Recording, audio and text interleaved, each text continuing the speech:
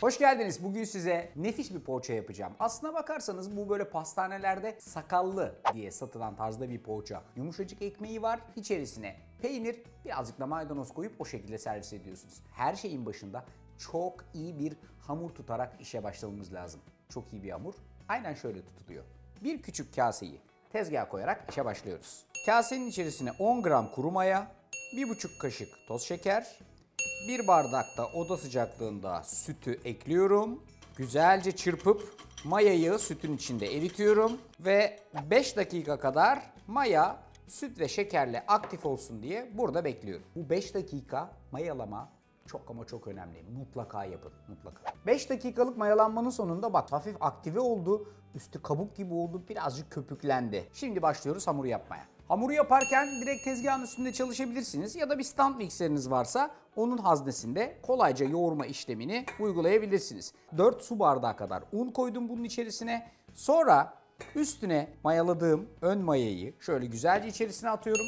Üstüne yarım bardak kadar ayçiçek yağı ekliyorum. Yarım bardak yoğurt ilave ediyorum. Bir tane yumurta kırıyorum.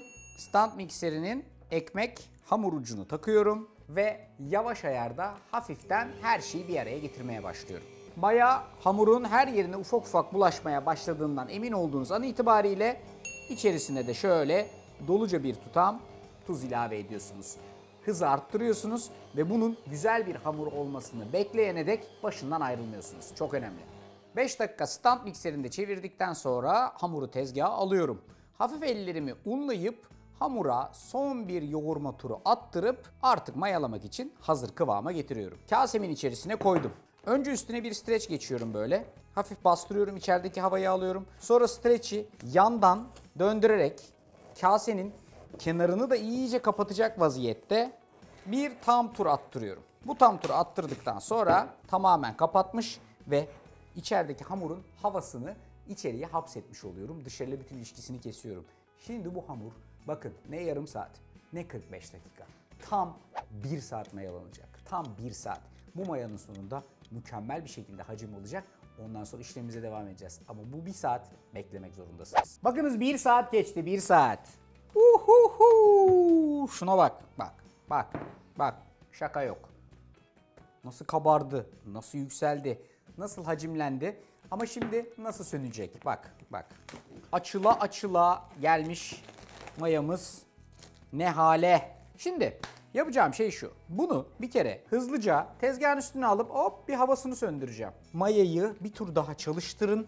Sonra hamurunuzdan küçük küçük parçalar koparacaksınız, tamam mı? Bunlar çok küçük gibi gelebilir ama piştiği zaman şu önce tepsi mayalamasında şu kadar kabaracak. Arkasından birazcık daha büyüyecek ve olması gereken sakallı poğaça için bir kıvam haline gelecek. Bunu tezgahın üstünde güzelce yuvarladım ve şeklini aldıktan sonra da şu şekilde fırın kağıdının üstüne koydum.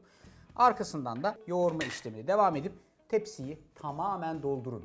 Bütün tepsiyi bu şekilde hazırladıktan sonra aşağı yukarı bir 10 dakika kadar bir tepsi mayalamasına bırakıyorsunuz bunu.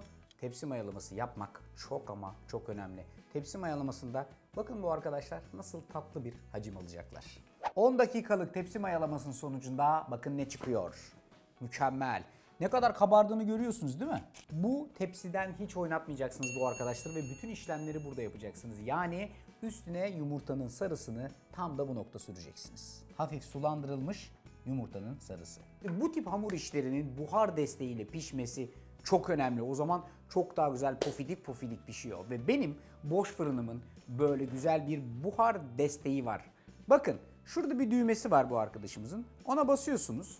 Böyle ön taraftaki kapak ve panel hafiften öne doğru geliyor. Öne doğru çektiğinizde şurada bir su haznesi var. Bu su haznesini yerinden çıkartıp su dolduruyorsunuz. Yerine takıp şu şekilde kapağı kapatıyorsunuz. Şimdi 4D sıcak havada. Şuradan bir de buhar kademesini ayarlayalım kendimiz. 2 numaralı buhar kademesi benim için iyidir. Ondan sonra da 180 dereceye ısıtılmış fırınımızda buharlı bir şekilde pişsin diye tam orta göze koyuyorum.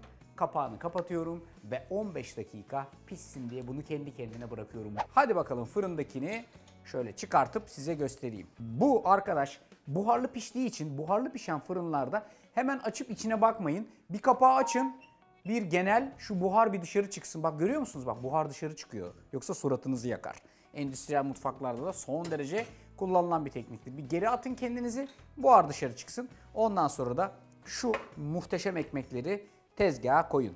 Hemen böyle alıp da sağa sola koymak yerine ben sizin yerinizde olsam üstüne bez gezdiririm ve hafiften böyle kendi kendine burada birazcık demlenmesini, birazcık soğumasını beklemesini sağlarım. Öyle yaparsanız hafif yumuşaklığını korumanız daha iyi olacaktır. Diğer tarafta şöyle bir kase çıkartıyorum ve buradaki olan iç malzemeyi karıştırıyorum. Krem peynir, labne, kaşar peynirin küçük bir kısmı içeride de olsun. Ben seviyorum. Geri kalan üstte olacak çünkü. Beyaz peynirin tamamı.